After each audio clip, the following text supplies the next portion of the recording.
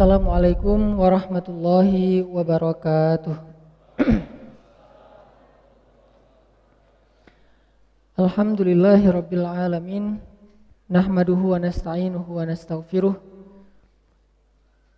Asyhadu an la ilaha illallah wahdahu la syarikalah. Wa asyhadu anna Muhammadan abduhu wa rasuluhu la nabiyya ba'dah. Allahumma salli wa sallim wa barik ala sayyidina wa habibina wa maulana Muhammad wa ala alihi wa sahbihi wa man tabi'ahu ila yaumiddin. Radina billahi rabba wa bi Muhammadin nabiyya wa bil islami dina. Rabbi syrah li sadri wa yassir li amri wahlul 'uqdatan min lisani yafqahu qawli. Teman-teman yang dirahmati Allah Subhanahu wa taala, malam ini kita akan melanjutkan pembahasan kita tentang bab ikhlas sesi kedua atau part kedua setelah pekan yang lalu kita membahas bab ikhlas part pertama. Sebelum kita melanjutkan kajian tentang ikhlas, marilah kita awali dulu dengan sama-sama membaca Al-Quran. Beberapa ayat di dalam surat Al-Munafiqun. Surat Al-Munafiqun itu surat 63.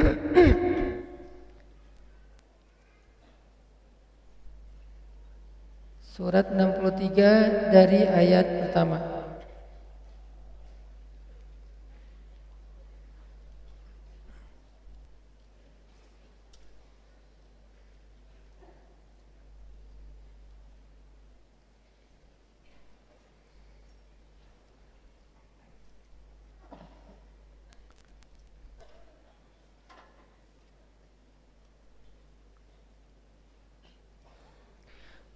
Surat Al-Munafiqun surat 63 dari ayat pertama. A'udzu billahi minasy syaithanir rajim. Silakan.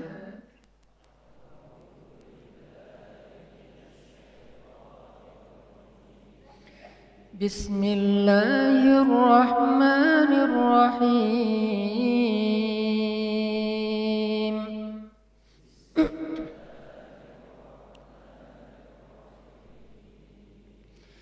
Idza ja'akal munafiquna qalu nashhadu innaka la rasulullah.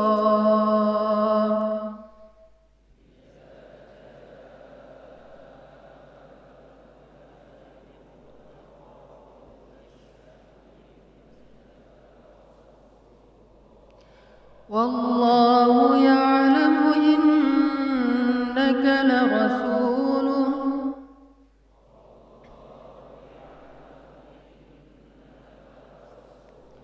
Wallahu yashhadu innal munafiqina lakadzibun.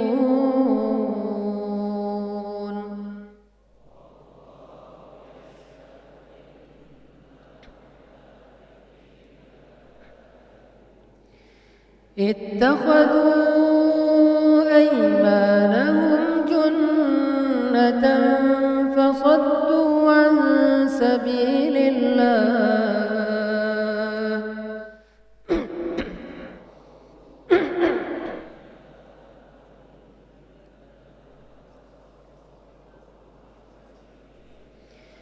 Innahum sa'a ma kanu ya'malun.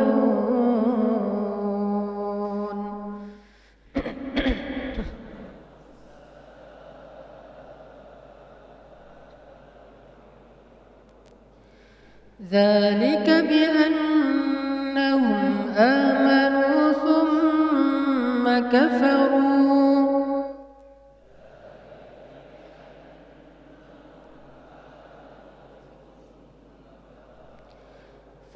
طبع على قلوبهم فهم لا يفقهون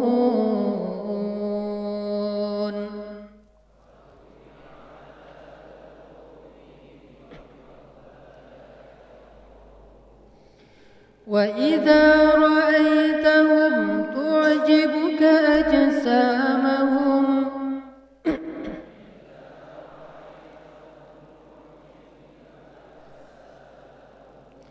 وإن يقولوا تسمع لقولهم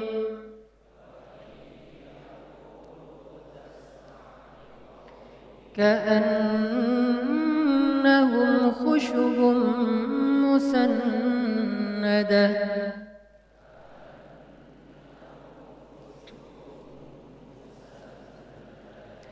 يحسبون كل صيحة عليهم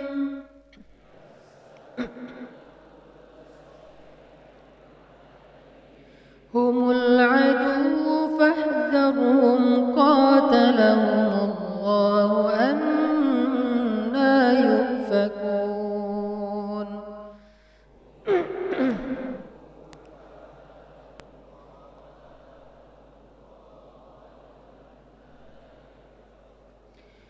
وإذا قيل لهم تعالوا يستغفر لكم ورسول الله لووا رؤوسهم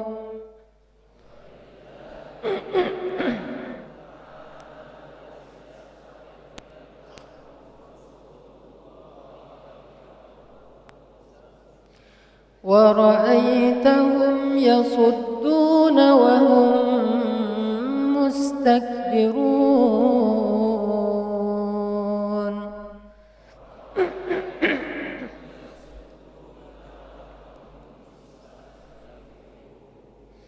سواء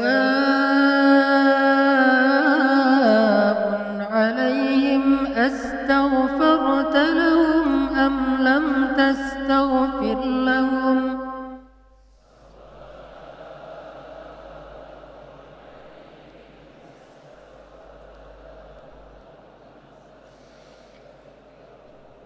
أستغفرت لهم أم لم تستغفر لهم لن يغفر الله لهم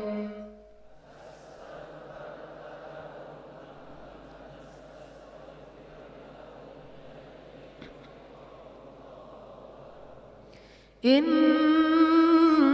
الله لا يهدي القوم الفاسقين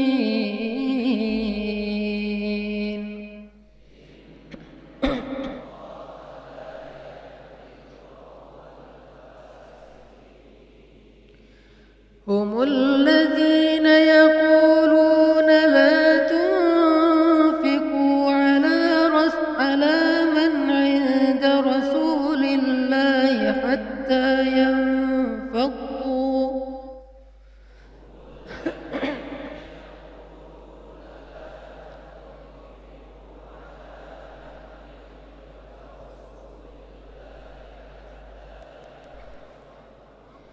ولله خزائن السماوات والأرض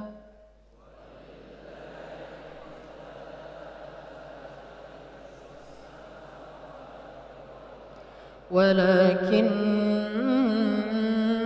المنافقين لا يفقهون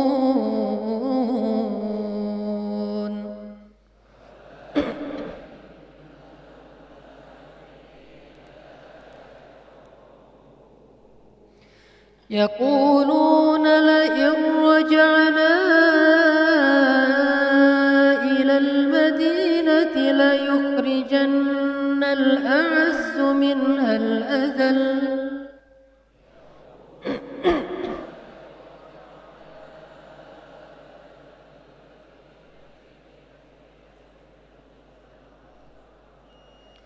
ولله العزة ولرسوله وللمؤمنين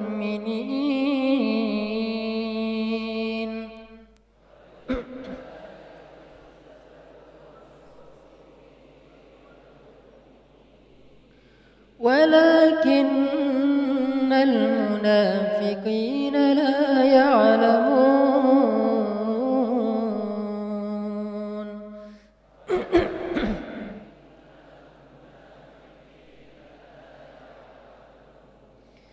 يا أيها الذين آمنوا لا تلهكم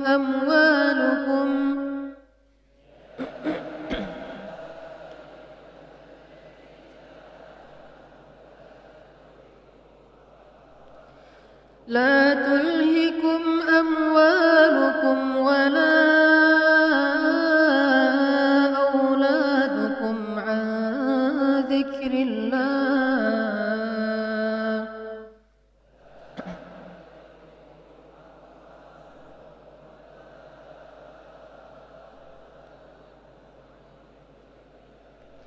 ومن يفعل ذلك فأولئك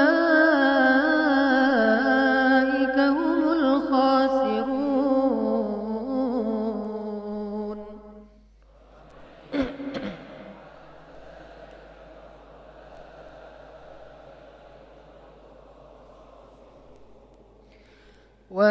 وأنفقوا مما رزقناكم من قبل أن يأتي أحدكم الموت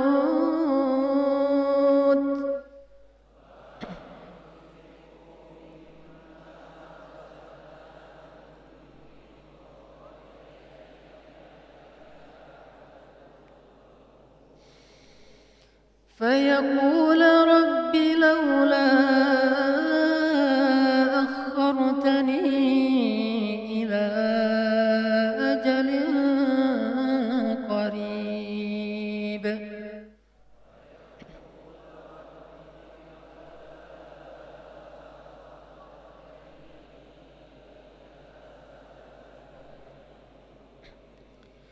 فأصدق وأكن من الصالحين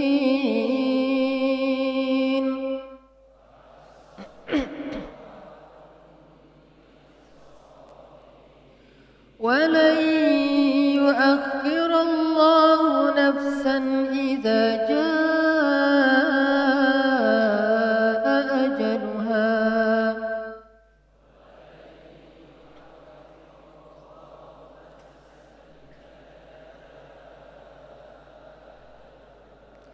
والله خبير بما تعملون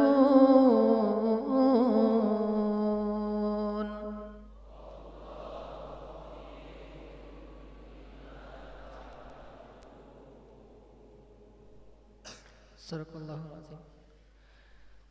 Teman-teman yang dirahmati Allah Subhanahu wa taala, salah satu yang paling dasar yang membedakan antara orang-orang mukmin dengan orang-orang munafik itu adalah ikhlas.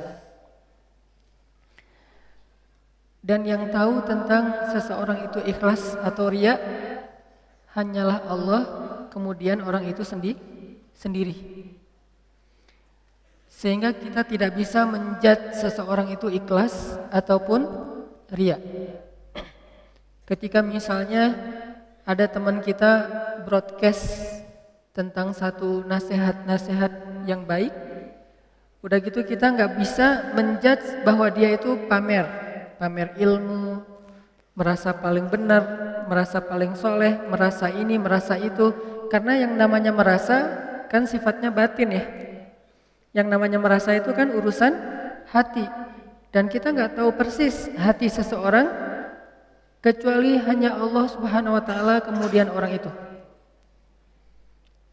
Dan yang membedakan antara orang mukmin dengan orang munafik, karena kalau secara zahir mukmin dan munafik ini agak kabur, mirip. Apa miripnya? Sama-sama mengatakan asyhadu an la ilaha illallah wa asyhadu anna Muhammadan abduhu wa rasuluh. Sama-sama mengatakan inna salati wa nusuki wa mahyaya wa mamati lillahi rabbil alamin. Sama-sama ngomong iyyaka na'budu wa iyyaka nasta'in. Sama-sama ngomong bismillahirrahmanirrahim. Sama-sama ngomong insyaallah. Kalau ada janji sama-sama bilang insyaallah. Bahkan kadang-kadang insyallahnya heboh. Yang mana yang benar Ustaz? Insya-Allah atau insyaallah atau insyaallah? Enggak ada yang benar. Karena yang benar itu tulisannya pakai bahasa Arab. Kalau ditulis pakai bahasa Latin atau huruf Indonesia, maka tidak ada yang paling tepat. Itu kan cuma literasi. Mau nulis insyaallah, mau nulis insya, ya terserah. Kalau mau yang paling tepat, alif, nun, shin, alif, hamzah, Allah. Itu yang paling tepat. Jadi kalau orang mempermasalahkan mana yang tulisannya paling benar dalam tulisan Latin, itu dalam bahasa fikih disebut dengan takalluf. Apa takalluf? Terlalu menyibukkan diri dengan hal-hal kecil lalu dibesar-besarkan. Itu termasuk takalluf. Dan itu termasuk di antara perbuatan yang sia-sia. Karena di antara baiknya Islam seseorang min husni islamil mar tarkuhu ma la ya'ni. Salah satu ciri Islam seseorang itu sudah matang. Jadi husnul islamil mar ini bukan hanya masalah paham atau enggak, tapi udah punya kedewasaan dalam berislam, sudah matang, bukan lagi puber. Salah satu ciri kematangan Islam dalam diri seseorang itu adalah tarkuhu ma la ya'ni. Dia meninggalkan sesuatu yang tidak terlalu bermanfaat. Maksud tidak terlalu bermanfaat yang kalau dibahas atau kalau dilakuin malah jadi sia-sia. Yang kalau dibahas malah jadi perdebatan. Yang kalau direspon malah jadi putus silaturahim. Yang kalau direspon malah di-unfollow. Yang kalau direspon malah nanti di-blok. Tarkuhu ma la ya'ni, dia enggak mau bikin masalah sehingga dia tidak mau terjebak di dalam takalluf, membesar-besarkan masalah. Yang dibahas, Ustaz, tulisan amin yang benar yang mana ya? Amin atau amin atau amin. Enggak ada yang benar. Kalau yang benar bahasa Arab, alif, mim, ya, nun. Ustadz, kalau yang benar itu kalau kita takjub ngomongnya subhanallah atau masya Allah, dua-duanya baik. Karena bilang subhanallah itu bahasa dari takjub, bilang masya Allah itu juga bahasa dari takjub. Karena dua-duanya diajarkan di dalam Al-Quran. Di antaranya ayat inna fi khalqis samawati wal ard waqtilafil laili wan nahari la ayati ulil albab. Nanti ada kalimat alladzina yadhkuruna Allaha qiyaman wa qu'udan wa ala junubihim wa yatafakkaruna fi khalqis samawati wal ard. Terus mereka bilangnya apa? Rabbana ma khalaqta hadza batila subhanak. Subhanak itu bahasa lain dari subhanallah. Jadi mau bilang subhanallah, mau bilang masya Allah, mau bilang Allahu Akbar, yang jangan bilang a'udzubillah. Ngelihat langit yang bersih gitu, kayak awannya kayak habis disapu gitu ya, saking bersihnya, auzubillah, kan agak aneh. Tapi kalau ngelihat mantan, ya auzubillah sih. Mantan lewat, auzubillah minasyaitan. Siapa setannya? Minal jinnati wan nas, dari golongan jin dan manusia. Gak tahu siapa. Jadi ini disebut dengan apa teman-teman? Takalluf, terlalu repot dengan hal-hal yang sebetulnya bukan masalah dalam agama. Terlalu membesar-besarkan sesuatu yang bukan masalah dalam agama. Sama kayak kita mempertanyakan seseorang ketika dia posting tilawah Al-Quran, dia posting lagi sholat, dia posting sedekah, dia posting hal-hal yang sifatnya kebaikan, terus kita kayak suuzon, mempertanyakan, sampai akhirnya kita bilang, ini riya. Ibadah mah gak usah diposting, gak usah dipamerkan. Memang kita tahu isi hatinya. Jangan-jangan dia memposting itu niatnya bukan riya, tapi sebaliknya niatnya man sanna fil islami sunnatan hasanah Siapa yang mau menampilkan sebuah kebaikan dalam Islam, sanna sunnatan hasanah itu artinya menampilkan kebaikan. Jadi bukan melakukannya secara rahasia, tapi sunnah itu artinya sesuatu yang bisa ditiru, sesuatu yang bisa diikutin, sesuatu yang bisa diduplikasi, sesuatu yang bisa dicontoh, itu namanya sunnah. Maka man sanna fil islami sunnatan hasanah artinya siapa yang menampilkan satu kebaikan dalam Islam, siapa yang bisa menampilkan satu kebaikan dalam Islam, menampilkan artinya diposting, dilakukan di depan umum, di dalam crowd, maka dia mendapatkan pahala dari setiap orang yang mengikuti kebaikan tersebut. Siapa tahu niatnya itu, dia dapat pahala karena sunnah hasanah, kita yang mengkomentarinya justru nambah dosa karena ternyata komentar kita keliru. Jadi yang membedakan mukmin dengan munafik salah satunya adalah apa yang ada di dalam hati. Mukmin mengatakannya antara lisan dengan hati jujur sama.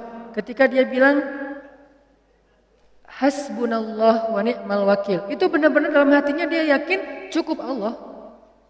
Kalau dia masih merasa Allah itu kurang, Allah plus harta, plus teman, plus akses, plus network, plus apa segala macam, berarti dia belum jujur mengatakan hasbi Allah. Kalau dia mengatakan raditu billahi rabbah wa bi Muhammadin nabiyya wa bil islami dina, kan keren banget kan ucapan ini?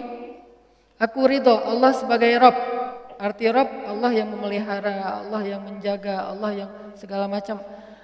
Wa bi Muhammadin nabiyya, artinya aku ikut Rasulullah, ajaran Rasulullah, sunnah Rasulullah, perjuangan Rasulullah, teladan Rasulullah.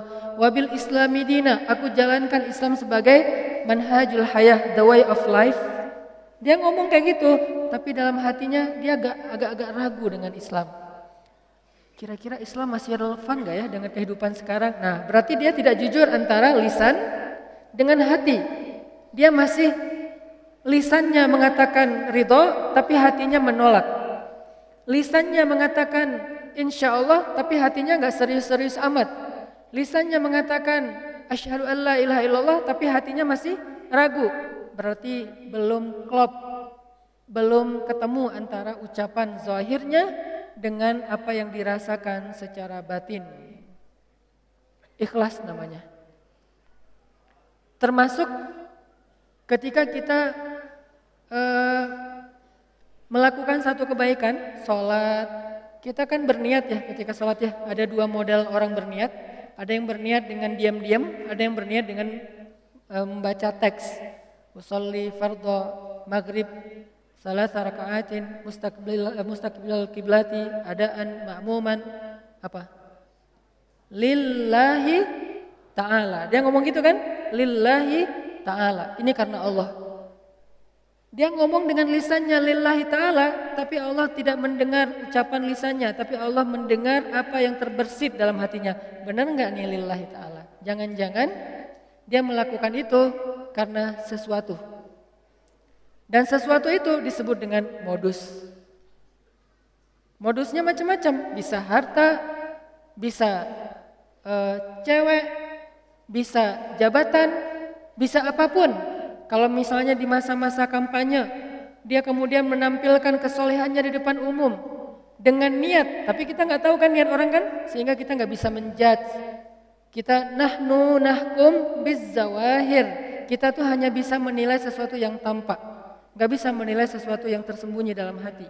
Kalau dia niatnya adalah untuk pencitraan, kalau dia niatnya adalah supaya dipilih, kalau dia niatnya adalah supaya mendapatkan simpatik dari masyarakat, maka innamal a'malu binniyat. Allah pasti akan memberikan balasan dia sesuai dengan niatnya. Faman kanat hijratuhu ilallahi wa rasulih, fahijratuhu ilallahi wa rasulih. Kalau niatnya karena Allah, Allah yang akan memberikan dia reward. Tapi kalau niatnya karena selain Allah, wa man kanat hijratuhu ilad dunya yusibuha aw imra'atin yang yahuha fahijratuhu ila ma hajara ilaih. Kalau niatnya untuk manusia, baik itu dalam urusan harta, jabatan, pasangan, cinta, segala macam, maka Allah yang nggak akan ngasih reward apa-apa. Allah akan memberikan kesempatan, ya udah biar manusia aja yang ngasih dia reward, ngasih dia balasan, apresiasi dan seterusnya. Jadi salah satu yang membedakan antara mukmin dan munafik itu adalah apa yang dirasakan di dalam hati, teman-teman. Dan karena dia sifatnya tersembunyi di dalam hati, maka kita tidak bisa menjudge orang lain mukmin atau munafik. Kita hanya bisa menjudge diri kita masing-masing. Sehingga Nabi mengatakan, istafti qalbak, tanya kepada hati kamu masing-masing. Tanya kepada hati kita masing-masing, kita ini mukmin atau munafik? Kalau dua-duanya ada yang ikhlas Ustaz, tapi ada yang riya juga. Nah, kira-kira porsinya lebih banyak yang mana nih? Karena kalau masih tanggung, berarti kita termasuk muzabzabina baina dzalik. Kita terombang-ambing di antara keduanya. La ilaha ula wa la ilaha ula. Enggak termasuk ke sini, tidak termasuk ke sini, terombang-ambing. Maka kita harus introspeksi diri, bertanya kepada hati kita masing-masing, saya ini mukmin atau munafik? Sehingga materi tentang mukmin, munafik, ikhlas, riya itu bukan materi untuk menjudge orang lain. Itu murni materi muhasabah terhadap diri kita sendiri. Tazkiyatun nufus, membersihkan hati masing-masing. Teman-teman yang dirahmati Allah Subhanahu wa taala, musibah apa yang paling fatal dan paling menyakitkan dalam hidup kita, coba? Ini ada dapat beberapa share ya. Kata sebagian teman-teman, musibah yang paling luar biasa itu dan susah banget buat ngerelain, ditinggal pas lagi sayang-sayangnya.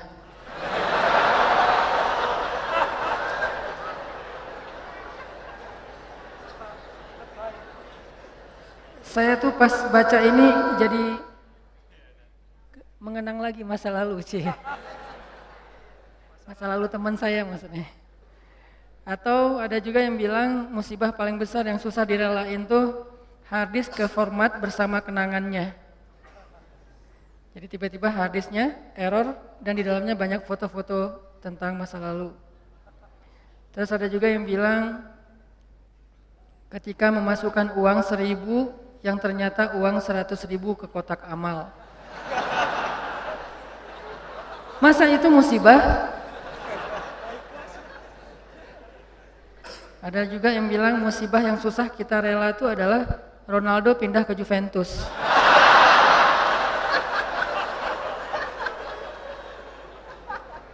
Buat saya musibah hari ini adalah Belgia kalah sama Prancis.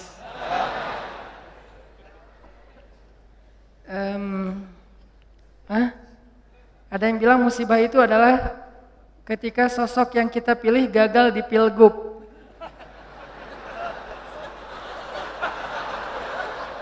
Ini yang ngomong bukan saya ya. Saya emang gak gagal. Cuman gak kepilih. Terus ada juga musibah yang paling berat itu katanya gak di fallback. Oh kasihan ya. Tahu gak apa musibah paling besar dalam hidup kita? Musibah paling besar dalam hidup kita itu ditolak sama Allah. Itu musibah paling besar dalam hidup kita. Kayak yang kita baca tadi di dalam surat Al-Munafikun, ketika mereka berkata di hadapan Nabi Muhammad SAW, nashhadu innaka la Rasulullah. Kami bersaksi engkau itu benar-benar Rasulullah. Kata Allah, wallahu ya'lamu innaka la rasuluh, wallahu yashhadu innal munafiqina lakadzibun. Allah juga tahu kamu rasulnya dan Allah tahu kalau orang-orang munafik itu adalah orang-orang yang pendusta. Jadi hal yang paling menyakitkan, hal yang paling rugi, hal yang paling ngenes, hal yang paling sedih, hal yang paling musibah besar dalam hidup seorang manusia itu adalah bukan ditolak oleh orang yang dia kecengin, bukan ditolak oleh mertua yang dia datang baik-baik untuk melamar gara-gara kurang modal, gara-gara kurang dalil, gara-gara kurang meyakinkan. Bukan itu musibah yang paling besar, itu musibah tapi masih kurang besar. Apa yang paling besar? Ditolak oleh Allah Subhanahu wa taala. Karena siapapun yang mendapatkan Allah, maka dia mendapatkan semua kebaikan dunia. Dan siapa yang kehilangan Allah, maka dia kehilangan semua kebaikan dunia dan akhirat. Siapa yang mendapatkan Allah? Dalam tanda petik ya. Arti mendapatkan Allah itu mendapatkan ridho Allah, dapat like dari Allah, dapat perhatian dari Allah. Siapa yang mendapatkan Allah, maka dia mendapatkan semua kebaikan dunia dan akhirat. Dan siapa yang kehilangan Allah, berarti dia kehilangan semua kebaikan di dunia dan akhirat. Inilah musibah yang paling besar, teman-teman. Kayak Allah berfirman di dalam Al-Baqarah yang saya sering ulang-ulang. Ketika ada orang yang bilang, وَمِنَ النَّاسِ مَنْ يَقُولُ آمَنَّا بِاللَّهِ وَبِالْيَوْمِ الْآخِرِ. Di antara manusia ada yang mengatakan kami beriman kepada hari Allah dan hari akhir. Apa jawaban Allah? وَمَا هُمْ بِمُؤْمِنِينَ. Mereka bukan orang yang beriman. Atau di dalam akhir surat Al-Hujurat, ketika orang-orang munafik mengatakan mereka beriman, mereka masuk Islam, kata Allah, sesungguhnya Allah tahu apa yang ada di dalam hati mereka, apakah mereka benar-benar beriman atau tidak. Qalatil a'rabu amanna. Orang Arab Badui mengatakan kami beriman. Qul lam tu'minu walakin qulu aslamna. Kalian belum beriman, kalian baru masuk Islam. Ini artinya teman-teman ditolak oleh Allah Subhanahu wa taala. Ada orang yang sholat, dia puasa, dia haji, dia umroh, dia sedekah, dia tilawah Al-Quran, tetapi dia ditolak oleh Allah Subhanahu wa taala. Kenapa Allah menolak seseorang? Padahal dia mengatakan kalimat yang baik. Kenapa Allah menolak orang-orang yang mengatakan nashhadu innaka la rasulullah? Kami bersaksi engkau Rasulullah. Kenapa Allah menolak orang-orang yang mengatakan amanna billahi wa bil yaumil akhir? Kami beriman kepada Allah dan hari akhir. Kenapa Allah menolak orang-orang yang mengatakan amanna? Kami telah beriman. Kenapa Allah menolak mereka, teman-teman? Padahal ucapan mereka baik. Mereka enggak mengatakan Allah itu maunya apa, Allah itu enggak fair, Allah itu enggak adil, Allah itu kikir, Allah itu tangannya terbelenggu seperti kata-kata orang Yahudi. Mereka nggak ngomong kayak gitu, yang mereka ucapin itu baik. Kenapa ditolak oleh Allah? Karena Nabi mengatakan, Innallaha la yanzuru ila aswarikum, wala ila a'malikum, wala ila amwalikum, walakin yanzuru ila qulubikum. Allah nggak melihat penampilan kalian, Allah nggak melihat harta kalian, Allah nggak melihat perbuatan kalian. Yang pertama Allah lihat itu adalah qulubikum, niat kalian. Maksud qulub di sini niat. Karena banyak yang salah paham juga, teman-teman. Ada yang mengatakan, udahlah, gak usah terlalu fanatik. Yang penting kan hati. Allah kan ngelihat hati. Maksud ngelihat hati ini bukan ngelihat organ yang bernama jantung. Yang maksud ngelihat hati ini bukan ngelihat apa yang kita rasain, bahagia, nggak bahagia, bukan. Maksud walakin yanzur ila qulubikum ay yanzur ila niyatikum. Maksud melihat kepada hati itu adalah Allah melihat ke dalam niat kalian.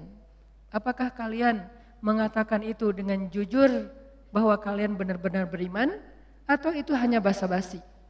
Apakah kalian mengatakan itu dengan jujur karena benar-benar yakin berserah diri kepada Allah atau itu hanya modus supaya ditolong oleh Allah, kemudian besok kalian akan meninggalkan Allah setelah mendapatkan kebaikan itu? Allah Maha tahu. Sehingga Allah mengatakan di surat Al-Mulk, wa asirru qaulakum aw ijharu bih innahu alimun bidzatis sudur. Kalian rahasiakan atau kalian tampakkan apa yang ada di dalam hati kalian, innahu alimun bidzatis sudur. Allah tahu banget apa yang ada di dalam dada kalian. Buat Allah, bisikan hati kita sejelas teriakan lisan kita. Gak ada bedanya. Kita teriak pakai mic, kita katakan, bohong, saya gak percaya sama Allah. Lalu kita teriakkan dengan hati, kita berbisik dengan hati. Dengan sepelan mungkin, saya gak percaya sama Allah. Itu suara hati dan suara mulut kita, lisan kita di sisi Allah sama. Gak ada bedanya. Gak ada cerita kalau dengan mulut kita bilang, ya Allah saya percaya kepada Engkau, saya berserah diri kepada Engkau, Allah dengar. Giliran dalam hati kita bilang, enggak sih sebetulnya enggak gitu-gitu amat. Apa? Allah enggak kayak gitu. Karena Allah mendengar isi hati kita, sejelas mendengar suara dengan lisan kita. Sangat jelas.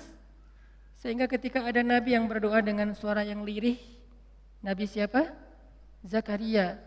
Zikru rahmati rabbika abadahu Zakaria idh nada rabbahu nidaan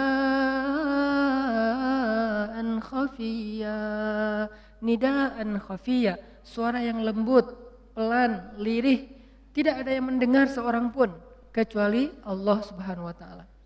Allah mendengar dengan jelas, bahkan kalau suara itu tersembunyi di dalam lautan yang gelap, lebih dalam daripada Danau Toba, gelap banget nih. Karena nggak mungkin ikan haut, ikan paus hidupnya di perairan yang dangkal, nggak mungkin. Dia hidup di perairan yang dalam, yang mungkin kedalamannya di bawah 1 kilometer. Bahkan kalau seseorang kemudian ditelan ikan haut, ikan paus, lalu ikan paus itu membawanya ke dalam lautan, di dalam samudra, tiba-tiba orang yang di dalam perut ikan itu bersuara, Subhanaka inni kuntu minaz zalimin, Subhanaka inni kuntu minaz zalimin. Pelan sekali suara itu terdengar dengan jelas di arasy Allah Subhanahu wa taala. Jadi enggak ada yang tersembunyi dari Allah. Sehingga apa yang menyebabkan kita ditolak oleh Allah, teman-teman? Bukan ucapan kita kurang fasih. Bukan bacaan Al-Qur'an kita kurang makhraj, kurang bagus tajwidnya. Bukan ketika kita sholat gerakan kita kurang sempurna, bukan. Tapi hati kita yang kurang ikhlas, itu penyebab seseorang ditolak. Bisa jadi gerakan sholatnya sempurna, bisa jadi bahasa Al-Qur'annya ketika dia membaca indah sekali, kalau hatinya tidak seperti yang dia ucapkan, kalau hatinya tidak ikhlas kepada Allah, Allah tolak semuanya. Sehingga salah satu di antara 3 orang yang pertama masuk neraka padahal dia soleh siapa? Qari'ul Quran, orang yang membaca Al-Quran dengan baik, hafiz 30 juz dengan 10 qiraat plus riwayat. Kan ini enggak mudah kan?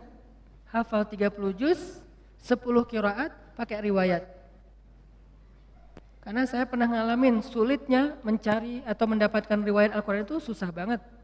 Saya termasuk orang yang belum berhasil mendapatkan itu. Pernah saya mau daftar ke guru saya, Syekh Tariq Faris di Mesir. Syekh, saya pengen ngambil riwayat Al-Quran. Syekh senang karena beliau suka dengan bacaan saya. Ya udah sini, saya akan ajarin kamu. Syaratnya pertama, kamu hafal 1 buku. Saya dikasih 1 buku, tebalnya 500 halaman. Isinya adalah syair. Kurang lebih 500 halaman, isinya syair. Dan syair itu berbunyi tentang cara baca Al-Quran. Huruf ini ketemu huruf ini, dibaca begini. Ayat ini wakafnya di sini, Nabi dulu wakafnya di sini, ini bacanya dengan riwayat ini begini, riwayat itu begitu dan seterusnya. Tapi bentuknya syair, bahasa Arabnya matan. Syair 500 halaman kurang lebih disuruh hafal. Dikasih. Ternyata kita satu geng, saya beberapa teman-teman termasuk ada anak Mesir. Seminggu kemudian diuji sama Syekh. Ketika seminggu setelah itu kita datang ke Syekh, tiba-tiba anak Mesir, teman saya, dia bilang, Syekh, saya sudah hafal syair itu. Buku tebal, dia hafal seminggu. Terus dites sama Syekh saya, lancar. Terus Syekh saya tanya ke saya, Hanan gimana? Syekh, daftar isi juga belum? Daftar isinya aja belum kehafal, dia udah hafal 1 buku. Saking susahnya mendapatkan riwayat Al-Quran. Jadi kalau ada orang yang hafiz Al-Quran pakai riwayat, itu keren banget tuh. Tapi sekeren itu, sedahsyat itu, sesulit itu dia memperoleh 1 riwayat Al-Quran, kalau nggak ikhlas, habis semuanya. Riya sedikit aja, riya itu nggak perlu ke ribuan orang, 1 orang cukup. Karena riya itu kan nggak harus, saya riyanya cuma 1 orang doang kok, masa hilang sih? Enggak, 1 orang aja kalau kita riya, habis. Apalagi riyanya kepada ribuan orang. Saya pernah ceritakan gimana sulitnya menjaga ikhlas. Ikhlas itu gampang, yang susah itu menjaga ikhlas. Di awal insya Allah ikhlas. Gak mungkin juga kita di awal pengen riya, kan gak mungkin ya. Usolli sunnata tahiyatul masjid ri'a an-nas. Kan gak ada ya. Saya sengaja sholat sunnah tahiyatul masjid karena pengen pamer aja. Allahu Akbar. Kan nggak mungkin kan? Nggak ada di antara kita yang sengaja beramal karena pengen ria. Kita nggak di level itu. Insya Allah itu bukan level kita. Kita satu level di atasnya. Di awal ikhlas. Pasti kita mengatakan lillahi ta'ala. Karena Allah. Tapi masalahnya di tengah ketika kita lagi ngerjain itu. Ketika kita lagi sedekah lewat kenceleng. Dari ujung kita lihat 1.000, 2.000, 5.000, paling banter 10.000. Kita 100.000 gitu kan. Pas ngeluarin, asa nggak rela ya 100.000 tapi nggak ada yang lihat. Akhirnya kita sok ikhlas. Bukan ikhlas, sok ikhlas. Ditutup di depan biar nggak kelihatan, tapi di belakang orang pada ngelihat. Ya. 100.000. Terus nggak dimasukin semuanya, harus ada sisanya, terutama yang bagian angka. Geser aja ke sebelah, biar dilihat, 100.000. Pura-pura ikhlas. Ini namanya meriakkan keikhlasan. Meriakkan keikhlasan. Jadi nggak gampang teman-teman untuk ikhlas. Makanya untuk menjaga keikhlasan. Makanya kita berlindung kepada Allah, ya Allah jangan tolak saya gara-gara saya tidak mampu menjaga ikhlas. Saya beristighfar minta ampun kepadamu ya Allah kalau saya pernah riya. Karena kalau ditolak sama Allah, udah kita nggak dapat kebaikan apa-apa. Di dunia maupun di akhirat. Kalau Allah menerima kita, maka kita diberikan kebaikan dunia dan akhirat. Wa innama likulli imri'in ma nawa. Semua orang mendapatkan sesuai dengan apa yang ada di dalam hatinya, niatnya, apa yang dia niatkan. Faman kanat hijratuhu ilallahi wa rasulih, fa hijratuhu ilallahi wa rasulih. Kalau Allah menerima kita, kita minta apa aja Allah kasih. Tapi kalau Allah menolak kita, kita mau jungkir balik di Raudhah malam Jumat, bulan Ramadan, pas lagi Lailatul Qadar, gak akan diterima oleh Allah. Kenapa? Udah ditolak. Makanya musibah paling besar itu teman-teman ditolak oleh Allah. Dan Allah menolak kita bukan karena melihat perbuatan kita yang kurang sempurna, amal soleh kita yang tidak terlalu ideal, tapi karena Allah melihat hati kita yang cacat. Cacatnya itu bukan amalannya, tetapi perasaannya, hatinya, niatnya. Kan ada tuh cerita tentang 3 orang yang lagi touring, kemudian terjadi badai, akhirnya mereka berlindung di dalam sebuah gua kan. Kemudian jatuhlah sebuah batu besar menutup pintu gua, mulut gua. Akhirnya mereka sadar, wah kita nggak akan selamat nih. Satu-satunya yang bisa buat kita selamat adalah kita duduk berdoa kepada Allah. Karena mau ngedorong batu nggak mungkin, nyari jalan lain mentok. Duduklah mereka bertiga berdoa kepada Allah. Orang yang pertama berdoa, ya Allah, saya punya kedua orang tua yang udah sepuh. Ayah dan ibu yang sudah sepuh, yang sudah tua. Dan saya selalu berbakti kepada keduanya. Bahkan saya tidak pernah mau memberikan susu dari ternak saya kepada keluarga saya atau kepada siapapun sebelum saya memberikan terlebih dahulu kepada kedua orang tua. Jadi gak mau dia ngasih susu itu kecuali ke orang tuanya dulu baru keluarganya. Suatu malam orang tuanya minta susu, udah disiapin, dia peras susu ternaknya, pas mau dikasih ke orang tuanya ketiduran. Dia biasanya kalau udah ngasih ke orang tuanya, baru dia ngasih ke keluarganya, istrinya, anaknya. Kali ini orang tuanya minta susu, pas udah mau dikasih, ketiduran. Akhirnya dia tunggu di sebelah orang tuanya yang tidur, sampai mereka bangunnya subuh. Dia berdiri sambil megang susu. Kenapa? Dia nggak mau nanti orang tuanya tiba-tiba bangun, manggil dia untuk 2 kali. Dia nggak mau orang tuanya memanggil dia 2 kali. Dia hanya, dia pengen sekali manggil udah ada. Sehingga kalau misalnya nanti orang tuanya bangun, dia langsung memberikan susu. Dia tungguin megang susu sampai subuh. Kebayang nggak dari habis Isya, megang susu berdiri sampai subuh demi ingin menyenangkan hati kedua orang tuanya. Dan resikonya apa? Resikonya pegel. Resiko yang lain apa? Resiko yang lain dia tidak tidur semalaman. Resiko yang lain dia tidak memberikan susu itu kepada istri dan anak-anaknya yang juga membutuhkan demi mendahulukan orang tuanya. Lalu dia mengatakan, ya Allah, kalau engkau ridho, engkau menerima kebaikan saya itu, birrul walidain, amal soleh saya itu, karena dia tidak mengharapkan apa-apa kecuali Allah, maka selamatkanlah kami ya Allah. Terbuka pintu itu sedikit, mulut gua, batu itu bergeser. Tapi belum bisa keluar orang.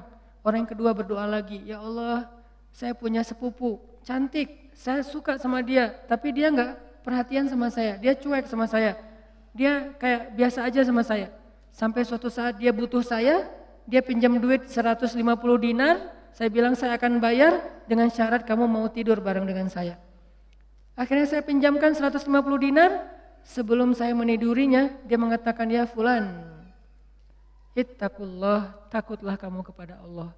Akhirnya saya sadar, saya pun lari meninggalkannya, karena saya tidak mau terjebak dalam perbuatan zina, karena saya takut kepada Engkau ya Allah. Seandainya Engkau ridho dengan apa yang saya lakukan, saya tidak melakukan itu kecuali takut kepadamu ya Allah. Takut ya, cinta, takut, berharap itu semuanya bagian dari iman, gak usah dibenturkan.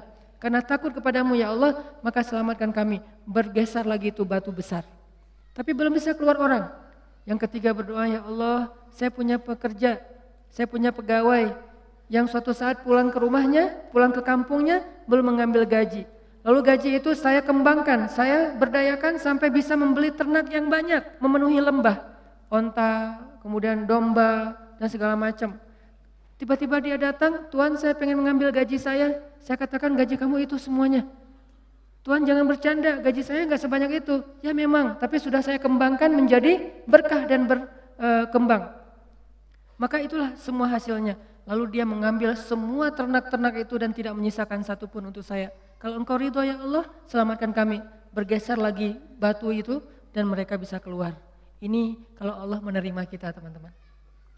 Wa man yattaqillaha yaj'al lahu makhraja. Siapa yang taat kepada Allah, siapa yang bertakwa kepada Allah, siapa yang ikhlas kepada Allah. Karena salah satu makna takwa itu ikhlas. Kan Nabi bilang at-taqwa hahuna kan? Takwa itu di sini, bukan di sini. Takwa itu bukan di sini, bukan di sini, bukan di pakaian, takwa itu di sini. Ada orang yang pakaiannya menarik, ada orang yang tutup kepalanya menarik, ada orang yang ucapannya fasih dan menarik. Sehingga kata Allah di surat Al-Munafikun, kalau kalian melihat penampilan mereka kalian akan takjub. Kalau kalian mendengar ucapan mereka kalian pasti akan mengikutinya. Apa maksudnya? Penampilannya meyakinkan sekali sebagai orang solih. Terlihat sekali aura orang yang taat kepada Allah. Penampilannya tuh udah syar'i banget. Kalau dia seorang laki-laki, penampilannya terkesan orang yang paling banyak ilmu. Kalau dia seorang perempuan, penampilannya terkesan orang yang sangat menjaga diri, tertutup rapat auratnya. Dan kalau dia bicara, kalian akan mendengar ucapan mereka. Kenapa? Dia bicara Allah berfirman, Rasulullah bersabda, Allah berfirman, Rasulullah bersabda. Semuanya dalil. Kenapa malah Allah menyebut mereka orang munafik? Karena apa yang mereka tampilkan, apa yang mereka ucapkan tidak sesuai dengan apa yang mereka niatkan di dalam hati. Lagi-lagi ini bukan untuk menjudge orang lain. Jadi jangan sampai nanti kalau kita ngelihat ada orang yang berpenampilan solih, arti solih itu ya penampilannya kelihatan ahli ibadah, terus kita bilang, itu ada tuh di surat Al-Munafikun kayak gitu. Jangan. Langsung kita menjudge orang lain seolah-olah itu kayak di surat Al-Munafikun ayat keempat. Terus kita lihat cewek yang jilbabnya syar'i, nah itu ayat 4 Al-Munafikun banget tuh. Nggak bisa, karena kita nggak tahu kan isi hatinya. Maka kalau kita nggak tahu isi hatinya, tugas kita apa teman-teman? Tugas kita adalah berbaik sangka. Tugas kita menghindari prasangka buruk. Tugas kita kepada sesama manusia berbaik sangka. Dan tugas kita kepada diri kita sendiri adalah muhasabah diri, memperbaiki diri kita sendiri, menghitung-hitung kesalahan kita sendiri. Kalau orang lain jangan cari-cari kesalahan, apalagi dihitung-hitung. Wala tajassasu, jangan cari-cari kesalahan orang lain. Sehingga kalau ada teman kita postingannya tuh bagus, tapi ada celah sedikit aja, itu yang dikomentarin. Padahal bukan itu inti dari postingan tersebut. Nah ini berarti tajassus. Apakah kita lupa dengan ayat itu? Padahal itu ayat yang paling populer di surah Al-Hujurat. Sampai Allah mengatakan, maukah kalian memakan bangkai saudara kalian sendiri sementara kalian merasa jijik? Ini artinya gak bisa kita menjudge orang lain, ini lebih ke diri kita sendiri. Ternyata Allah gak ngelihat dulu penampilan kita, walaupun itu nanti akan dilihat, cuman bukan yang pertama. Kalau ini beres, baru dilihat yang penampilan, dilihat ucapan, dilihat perform kita. Kalau ini udah beres, kalau ini gak beres, yang lain gak dilihat. Jadi yang pertama Allah lihat, apa niat kita melakukan sesuatu. Apa niat kita duduk di dalam majelis ilmu? Apa niat kita ketika kita memakai pakaian tertentu? Jangan-jangan ketika kita memakai pakaian tertentu, kita memakainya sebagai libasus syuhrah, memakainya untuk pamer, menunjukkan bahwa kita lebih kaya dari orang lain, menunjukkan status sosial, menunjukkan kalau kita orang sukses, menunjukkan bahwa kita banyak duit, menunjukkan kalau kita banyak ilmu, menunjukkan bahwa kita banyak ibadah sunnah. Kalau ini niat di dalam hati kita, nggak akan ada nilainya sama sekali apa yang kita tampakkan di sisi Allah. Dan kalau Allah sudah menolak, nanti kita minta apa aja nggak akan dikabulkan oleh Allah Subhanahu Wa Taala. Ya Allah, kurang apa lagi? Saya udah tahajud, saya udah sedekah, saya udah tilawah, saya udah hafal Quran, saya udah berjihad, saya udah bantu orang lain, saya udah. Kenapa saya hidupnya kayak gini ya Allah? Tanyakan kembali, istafti qalbak, tanya ke hatimu, kenapa kita melakukan itu? Karena Allah atau karena yang lain? Ri'a an-nas. Kadang-kadang kita melakukannya udah ikhlas, tapi di tengahnya riya. Jadi bisa jadi teman-teman, kita punya beberapa amalan, kalau kita nggak berani mengatakan banyak amalan, kita punya beberapa amal soleh, tapi hampir tidak ada satupun yang diterima di sisi Allah. Kenapa Ustadz? Ikhlas kok Ustadz? Di awal, bisa jadi di tengahnya riya. Enggak, di tengah saya tetap ikhlas, bisa jadi di akhirnya riya. Enggak, di akhirnya masih ikhlas, bisa jadi barusan aja riya. Setelah after years, setelah beberapa tahun. Sehingga kalau kita nggak punya modal amal soleh yang diterima di sisi Allah, gimana kita mau ngangkat kedua tangan kita? Makanya kadang-kadang kan ujiannya kayak gitu. Di awal udah ikhlas, saya nih pengen tilawah yang bagus karena biar orang-orang sholatnya pada khusyuk. Allahu Akbar, ikhlas kan? Alhamdulillahi Rabbil Alamin, ikhlas. Ar-Rahmanir Rahim, masih ikhlas. Maliki Yaumiddin. Ada yang nangis di belakang. Mulai bagus juga ya suara saya. Habis tuh. Teman-teman pikir imam dengan bacaan yang bagus berarti pahalanya lebih banyak dari teman-teman? Belum tentu. Bisa jadi makmumnya dapat untung dari bacaan yang bagus karena dia khusyuk, dia bisa nangis, dia bisa nyaman. Sementara imamnya nggak dapat apa-apa loh. Ini, tapi kita nggak bisa menjudge imam juga ya. Begitu imam baca Alhamdulillahirabbil alamin, pamer. Nggak bisa. Entas jadi susah tuh. Semua salah ya, serba salah. Baca bagus salah, baca jelek. Imam nih bacaannya kok gini banget sih. Jadi serba salah. Ini bukan menjudge orang lain, udah aja masing-masing. Kalau imam bacanya bagus, ya kita husnuzon. Masya Allah bacaannya luar biasa. Kalau banyak orang yang khusyuk gara-gara ini berarti pahalanya banyak banget nih. Kan kita cemburu ya. Si imamnya, astagfirullah, kalau nggak dibagusin, Allah suruh yang bagus-bagus. Kalau bagus-bagus amat, ntar sombong. Karena emang bagus sih. Itu habis tuh. Aduh, ngeri banget teman-teman. Di tengah masih ikhlas. Nggak kegoda, kan riya itu kan bukan maunya kita ya. Riya itu kan wasawisu syaitan, yuwaswisu fi sudurin nas. Dia yang mengebisikin, tapi di akhir selesai datang. Alhamdulillah Ustadz, sambil gini, ada tisu nggak? Saya baru pertama nangis dalam sholat, suara Ustadz luar biasa. Bapak nggak pernah dengar di YouTube saya. Sombong, ya. Bapak nggak baru kenal saya. Gitu, atau bukan karena pujian orang lain teman-teman, karena diremehin sama orang lain. Pernah diremehin orang terus jadi riya? Saya pernah ngisi di beberapa masjid agung. Ada kan kalau di daerah-daerah tuh kalau saya ngisi kadang-kadang panitia mintanya di masjid agung. Kan DKM Masjid Agung rata-rata nggak main Instagram ya. Mereka nontonnya TV. Jadi karena saya qadarullah nggak pernah masuk TV, nggak kenal. Ini Ustadz siapa sih? Ada nggak di Damai Indonesiaku? Nggak ada. Oh biasa aja. Karena saya nggak pernah masuk TV, akhirnya beliau nggak kenal kan, bukan yang pemain sosmed. Dan dari situ mulai ada ngeremehin. Panitia nawarin tempat, mereka bilang, udah biasa aja lah, nggak usah terlalu heboh. Paling juga jamaahnya nggak setengah masjid katanya. Saya dikasih tahu sama panitia, Ustadz, ini DKM-nya kayak gitu ngomongnya. Oh, kita lihat aja nanti. Mulai kan, riak nih. Terus saya datang, ternyata alhamdulillah qadarullah Allah yang melangkahkan kaki-kaki mereka rame nih sampai pelataran masjid. Pas rame, DKM-nya bingung. Ini Ustadz siapa sih kok bisa rame gini yang datang? Saya, ya sih. Riak nih. Mulai yuwaswis, was-wasa. Jadi perang batin banget teman-teman sama setan. Bukan maunya saya, setan yang kayak gitu. Kita cuma punya dua pilihan, mengaminkan atau menolak. Kalau kita mengatakan iya sih, berarti kita membenarkan kata-kata setan di dalam hati, ria, sombong. Atau kita mengatakan astagfirullah, nggak mau kegoda gitu. Pas waktunya sholat maghrib, panitia biasa, panitia kan kenal pastinya ya. Ustad dorong-dorong saya gitu kan. DKM nggak ngedorong, kan kepancing. Kenapa DKM nggak ngedorong? Ngelihat penampilan saya dari ujung rambut sampai ujung kaki kayak kurang meyakinkan gitu. Nih Ustad bisa ngaji nggak sih? Ngelihat ujung kupluk. Di tengah kaos atau pakai kemeja, bawah celana jeans biasa. Ini bisa ngaji nggak ya? Akhirnya DKM kayak ragu-ragu gitu mau dorong saya jadi imam. Dalam hati, 5 menit lagi dengerin aja nanti. Wah, yuaswis, luar biasa. Karena didorong-dorong terus sama penitia, ya udah deh, saya mau ya, kalian yang dorong kan, dorong lagi dong. Didorong ya.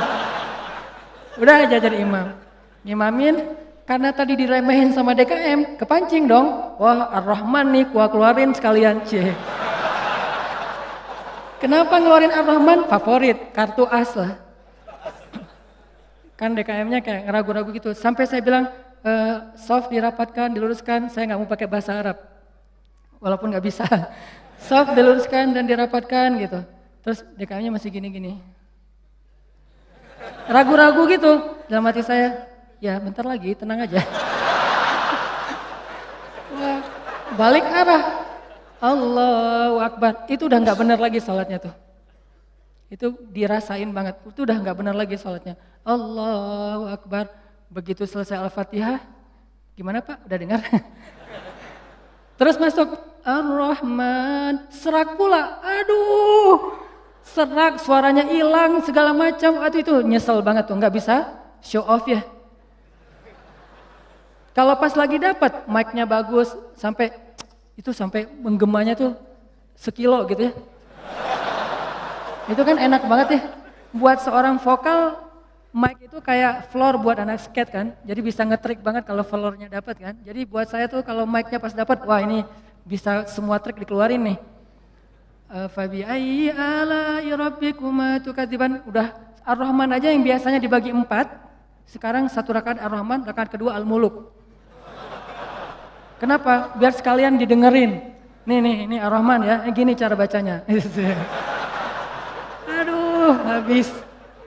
Selesai sholat, kan balik arah gitu kan, mau zikir kan, balik arah.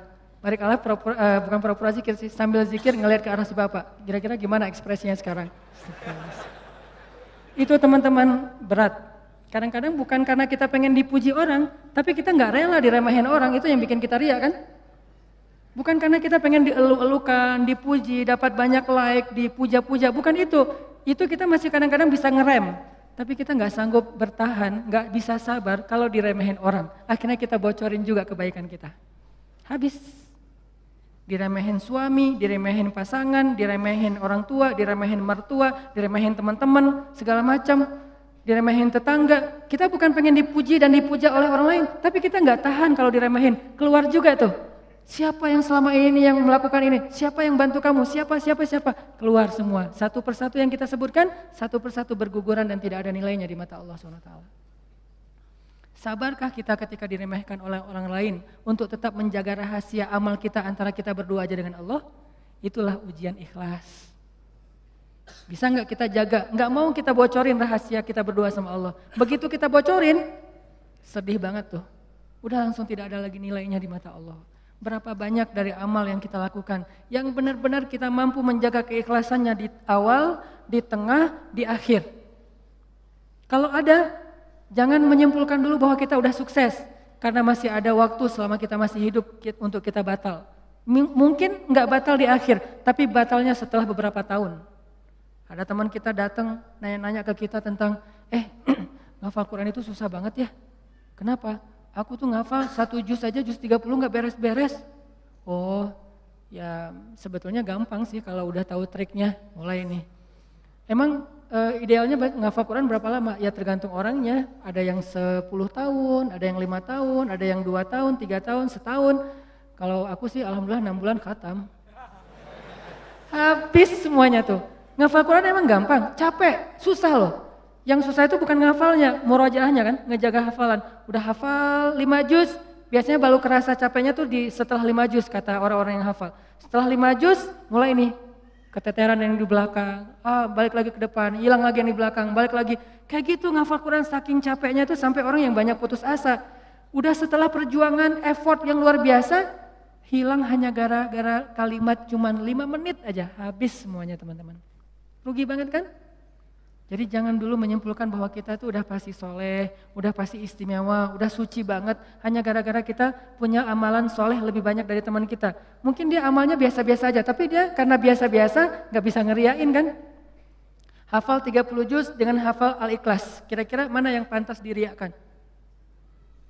30 juz dong, Al-Ikhlas gak mungkin riak. Gimana kita mau riak? Gua udah hafal loh, apa? Al-Ikhlas.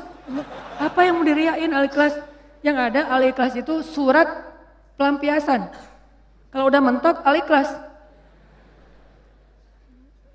Sawa'un 'alaihim a'anzartahum.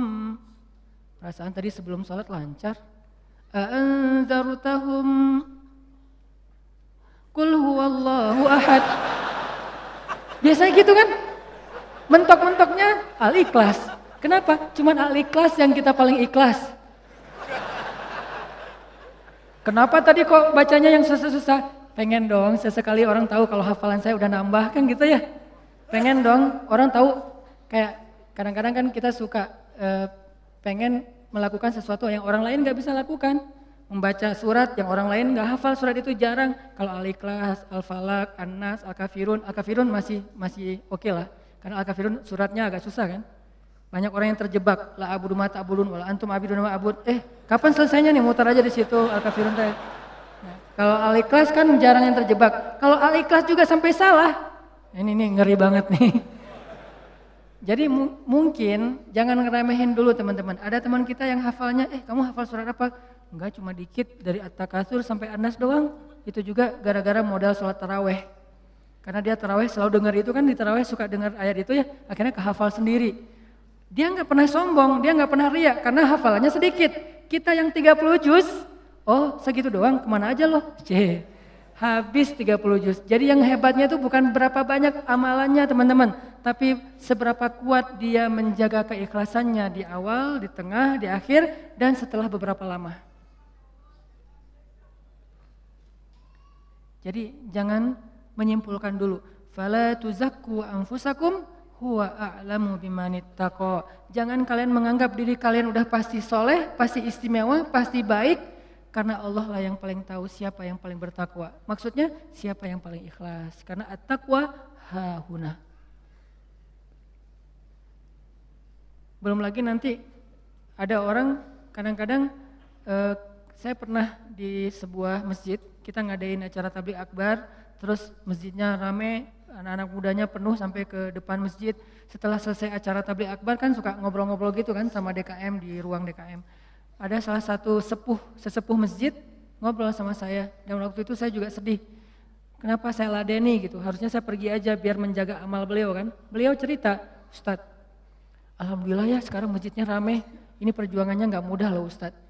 Dulu dari awal nih, ketika kita pembebasan lahan masjid ini aja, udah konflik, sengketa dengan beberapa tetangga. Akhirnya saya perjuangkan Ustadz dari awal, sampai bisa pembebasan lahan. Kemudian kita bangun masjid ini dengan gotong royong luar biasa, fundingnya itu susah banget Ustadz. 5 tahun baru beres masjid ini Ustadz. Udah gitu saya yang bikin yayasan masjid ini, sampai ada RT-nya tuh saya yang bikin Ustadz. Satu persatu beliau sebutkan perjuangannya, jasa-jasanya, jerih payahnya, effortnya, dan segala macam pengorbanannya, sampai akhirnya masjid ini rampung. Sekarang dipakai banyak orang sholat, sekarang udah gampang. DKM sekarang tuh gampang, nggak seperti awal-awal dulu. Kalau beliau sadar itu semuanya habis gara-gara beliau. Tapi kan kita nggak bisa menjudge ya. Kalau beliau menceritakan itu untuk motivasi, oke. Tapi kalau beliau menceritakan itu untuk ria, dihargai, diakui, kalau hanya pengen dapat pengakuan, pengen diaku oleh orang lain, habislah semua pahala yang sudah beliau usahakan sekian tahun. Harusnya kalau beliau ikhlas, satu orang yang datang ke masjid untuk ikut acara tabligh akbar, sholat berjamaah, taubat, sadar, zikir, ibadah, beliau dapat pahala. Kebayang nggak kalau ada 5.000, 10.000 anak muda yang datang untuk ikut acara di situ? Pahala beliau banyak banget, tapi hilang hanya dengan 5 menit berbicara. Jaga lisan. Faliyakul khairan aw liyasmut. Mending diam aja deh. Sebegitu gampangnya hilang amal-amal kita gara-gara tidak mampu menjaga keikhlasan kita, teman-teman. Makanya wa innama likulli imri'in manawa itu gampang banget tergelincir. Itu halus banget, lebih halus daripada suara langkah-langkah semut. Halus banget, sampai kadang-kadang kita juga terjebak di situ. Makanya di zaman Nabi itu kan ada cerita seorang sahabat Ansor yang tidak terkenal ibadah-ibadahnya, tapi Nabi bilang huwa min ahlil jannah, dia itu ahli surga. Apa kelebihan dia? Apa ibadah dia? Ibadah dia itu ibadah batin. Ketika dikepoin sama beberapa orang sahabat, sama seorang sahabat, kalau nggak salah Abdullah bin Amr bin As, dia kepo datang ke rumahnya, ternyata rahasianya bukan ahli tahajud, bukan ahli sedekah, bukan ahli tilawah, bukan ahli kebaikan-kebaikan yang zahir.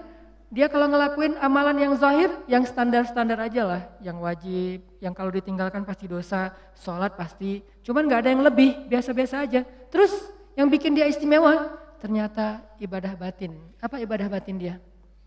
Dia bilang, saya tidak pernah dengki kepada orang lain. Kalau ada orang yang dapat nikmat, saya orang pertama yang bahagia. Kalau ada orang yang dapat musibah, saya yang paling sedih. Kalau ada yang orang berbuat salah, saya langsung mendoakan dan memaafkan dia. Inilah ibadah batin dia, teman-teman. Makanya selain kita fokus memperbaiki ibadah zahir kita, sholat kita, cara takbir kita, cara semua ruku sujud kita, perbaiki juga ibadah batin kita. Karena kalau sampai ini rusak, yang lain sempurna, batal. Tapi kalau ini benar, yang lain cacat-cacat dikit, karena kita mungkin punya kekurangan, Allah yang akan perbaiki. Jadi ini teman-teman, tentang pentingnya belajar ikhlas. Dan ikhlas ini termasuk salah satu di antara ibadah juga. Jadi sekedar ikhlas saja itu udah ibadah. Sekedar niat aja itu udah ibadah. Belum melakukan, udah jadi ibadah. Bukankah Nabi mengatakan, siapa yang berniat berbuat baik, lalu jadi melakukannya, maka dia mendapatkan 10 pahala kebaikan. Kalau dia berniat berbuat baik, tidak jadi melakukannya, maka dia mendapatkan 1 pahala kebaikan. Siapa yang berniat berbuat buruk, jadi melakukannya, maka dia dapat 1 dosa. Siapa yang berniat berbuat buruk, tidak jadi melakukannya, dia dapat 1 pahala. Allah baik banget ya. Niat aja dikasih pahala, baru niat tuh. Sehingga para ulama mengatakan, kalau begitu, ayo kita berniat yang banyak. Dan memperbanyak niat itu disebut dengan istilah ta'addudin niyah. Ta'addudin niyah, memperbanyak niat-niat yang baik. Saya pengen ini, saya pengen itu, saya pengen. Semua kebaikan kita pengen. Maka pengen aja udah jadi pahala kebaikan yang utuh. Insya Allah tahun depan saya pengen umroh. Azam, niat yang kuat. Ya Allah kasih saya rezeki, saya pengen umroh. Udah nabung, ternyata gak cukup. Maka tahun itu Allah catat kita sudah melakukan ibadah umroh sempurna. Dan bisa jadi lebih sempurna daripada orang yang melakukannya secara fisik. Kenapa? Orang yang melakukannya secara fisik masih ada ujian riya. Lagi di mana? Lagi umroh, posting. Tapi nggak semua orang yang posting umroh itu riya ya. Ini ke diri kita lagi nih, balik lagi kepada diri kita. No judgment. Bisa jadi dia posting, bisa jadi dia tinggalnya di bintang 5. Kadang-kadang umrohnya bareng dengan teman, kadang-kadang kegodanya gini, umroh nih bareng dengan teman. Pas lagi makan, kan di hotel suka pas makan saling ketemu gitu kan, saling sharing. Dari mana aja? Baru selesai tawaf. Wah Masya Allah udah selesai tawaf aja, kita baru aja tadi nggak jadi soalnya rame banget. Ya sih rame, tapi kalau kita kuat azamnya pasti lewat lah bisa. Udah mulai nih. Udah berapa kali hari ini? Alhamdulillah baru 7 kali. 7 kali, gara-gara kita ucapin, niat mengucapkannya itu gak ada riya teman-teman. Niat mengucapkan itu keceplosan aja pengen ngomong gitu. Alhamdulillah udah 7 kali, alhamdulillah baru 7 kali. Niatnya gak ada riyanya sama sekali. Tapi begitu selesai mengucapkan, orangnya mengatakan, Masya Allah luar biasa 7 kali, hebat. Langsung datang setan, yuwaswis. Ya sih, mungkin di rombongan ini saya yang paling banyak rekor tawafnya. Atau kadang-kadang cium hajar aswad. Itu kan sesuatu banget ya, buat jamaah umroh dari Indonesia kan sesuatu banget. Jadi bisa dibilang cium hajar aswad itu kayak poin. Siapa yang paling sering cium hajar aswad, jadi kayak saling share lagi makan. Udah cium hajar aswad? Udah, belum? Udah, alhamdulillah udah 3 kali. Wah saya baru sekali. Akhirnya saling berlomba. Kalau ini niatnya fastabiqul khairat, itu bagus. Tapi gara-gara fastabiqul khairat, kalau sampai terjebak kepada riya, sombong, maka habis. Yang tahu cuman kita. Yang tahu cuman kita. Orang lain gak tahu. Hati-hati dengan ini. Tapi orang yang tadi menabung pengen umroh, terus gak cukup duitnya, lalu gak jadi umroh, bisa jadi dia mendapatkan pahala umroh lebih utuh daripada orang yang melakukannya secara fisik. Maka jangan kikir dalam berniat baik. Berniat baik yang banyak. Ketika kita keluar rumah, ya Allah hari ini mudah-mudahan saya bisa bantu orang di jalan. Mudah-mudahan saya bisa silaturahim dengan teman lama atau dengan keluarga. Mudah-mudahan saya bisa mendapatkan ilmu. Mudah-mudahan saya bisa membantu orang dari kesusahan. Mudah-mudahan saya bisa. Perbanyak aja kebaikan kita niatin dan kita serius. Kalau nanti ada kesempatan kita akan lakuin. Begitu kita keluar rumah, Allah sudah mencatat kita seperti melakukan sebanyak kebaikan yang kita niatkan. Jadi niat aja ibadah. Wa innama likulli imri'in ma nawah. Seseorang mendapatkan pahala sesuai dengan apa yang dia niatkan. Niat aja udah ibadah. Apalagi kalau kita kerjakan. Sampai ulama mengatakan, kalau saya mendengar seseorang mengetuk pintu rumah saya, maka saya tidak akan membuka pintu rumah itu sampai saya memiliki 10 niat baik. Jadi kalau mau buka pintu rumah, beliau berdiri di belakang pintu, ya Allah, kalau ini adalah orang miskin, saya berniat akan kasih dia sedekah 1.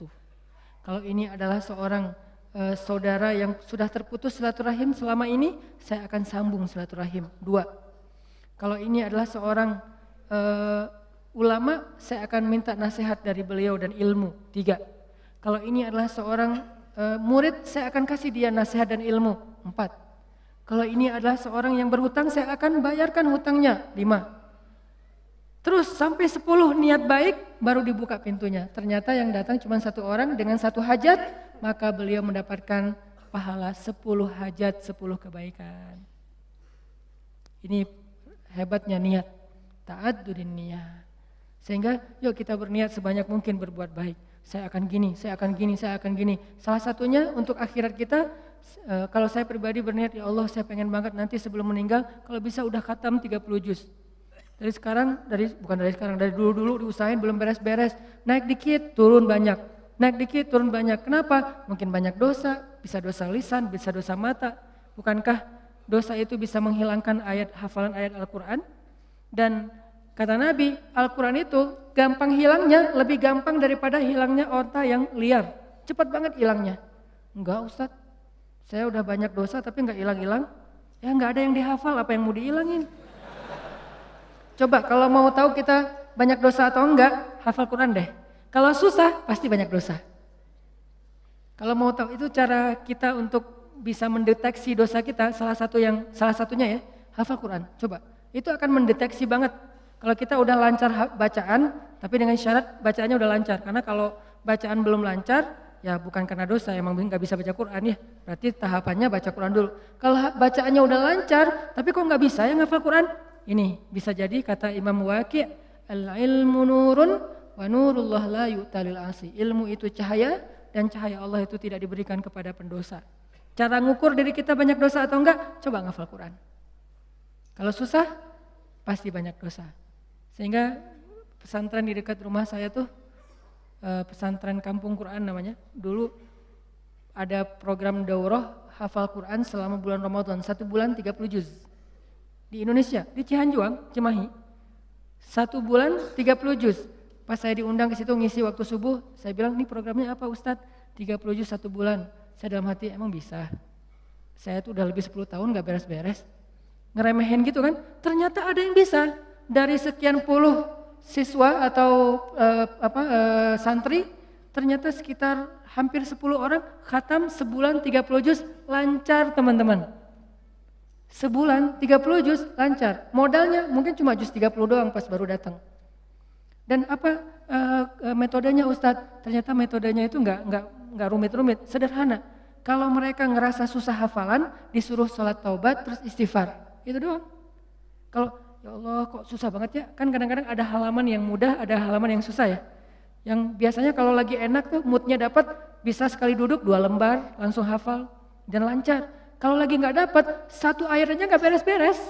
Nah kata ustadznya, kalau kejadian kayak gitu, coba wudhu, sholat taubat, minta ampun sama Allah, istighfar, coba hafal lagi. Pasti mudah. Dan itu terbukti. Ternyata kayak gitu caranya. Cuman ya butuh istiqomah juga. Jadi teman-teman perbanyak niat yang baik. Niat apa aja termasuk saya nanti kalau udah punya rezeki, udah punya usaha sendiri, saya pengen punya panti asuhan 1000 anak yatim. Tapi niatnya yang kuat ya. Kalau ternyata itu baru terwujud setelah 20 tahun, la tahzan, gak usah bersedih, gak usah berkecil hati. Kenapa? Sejak kita berniat punya pesantren, punya panti asuhan 1000 anak yatim, walaupun terwujudnya setelah 20 tahun, pahalanya tuh dihitung dari awal berniat, bukan ketika terwujud. Keren kan niat tuh? Jadi pahalanya dihitung dari ketika kita berniat, bukan ketika itu terwujud. Kalau terwujud, dilipat gandakan 10 kali lipat. Sebelum terwujud, dihitung 1 kebaikan yang utuh. Misalnya, saya dalam hati saya punya niat, saya nanti mau bikin camp pengungsi. Kalau kemarin yang saya datang sama teman-teman itu kan camp pengungsi Suriah yang ada di Turki. Yang artinya para pengungsi yang udah aman kondisinya, kita coba bantu kecil-kecilan. Nah ini dikasih lagi tanah sama Erdogan, sama Turki, lewat menteri di niatnya lewat Golden Future kita kerjasama di Aleppo perbatasan dengan Turki di dalam Suriahnya yang nggak bisa nyebrang, yang nggak bisa ngungsi keluar negeri, maka ditampung di situ. Dikasih berapa hektar tanah, disuruh coba kalian bisa nggak bikin camp di situ. Saya punya niat, saya akan coba bareng-bareng dengan Golden Future harus punya camp di Aleppo bagian perbatasan Turki yang menampung minimal 100.000 pengungsi Suriah. Itu kan niatnya? Kapan terwujud? Allahu alam. Yang penting saya ikhtiar aja dulu dari sekarang. Mulai membangun sosmed, saya harus banyak followers. Kenapa? Makin banyak followers, insya Allah funding untuk kemanusiaan lebih gampang.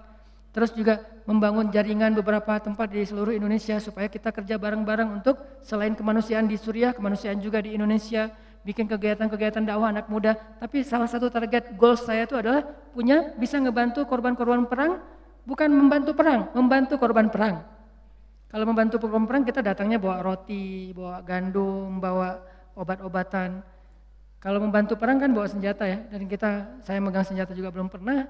Nah, niatnya 100.000 pengungsi di camp di dalam Suriah untuk membantu mereka. Kapan terwujud? Sebutlah 10 tahun lagi baru terwujud. Saya apakah baru dapat pahala setelah 10 tahun? Enggak. Dari sejak awal saya berniat, kalau saya mampu ikhlas, maka saya mendapatkan pahala yang sama. Berarti setiap hari itu saya kayak ngasih makan 100.000 pengungsi Suriah di Aleppo. Setiap hari. Keren kan niat tuh? Kenapa kita nggak melakukan hal yang sama?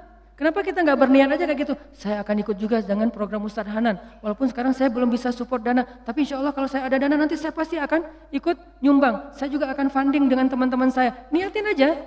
Dengan niat aja, kita udah ngasih makan anak yatim di Suriah itu 100.000 orang daily, setiap hari. Wa innama likulli imri'in ma nawa. Kenapa kita nggak berniat yang banyak kebaikan-kebaikan? Kenapa kita kikir dalam niat? Belum lagi nanti kita niatkan yang lain-lain. Saya punya niat misalnya pengen banget dengan kita mendakwahi anak-anak muda, dengan kita bikin sebuah gerakan anak muda, suatu saat dari mereka lahir seorang pemimpin yang saya sering ulang-ulang, yang hafiz Al-Quran, yang takut kepada Allah, yang ngimamin kita sholat di Masjid Istiqlal, dan yang muazzinnya adalah wakil presiden, yang imamnya presiden. Kalau itu terwujud, lalu makmumnya seluruh Indonesia, itu kan keren banget ya. Kalau belum terwujud, saya tetap dapat pahala niat itu kalau masih ikhlas. Berniatlah sebanyak mungkin, berniatlah seluas mungkin, jangan tanggung. Enggak kalau 100.000 kegedean, udah aja 10 orang. Kenapa tanggung-tanggung?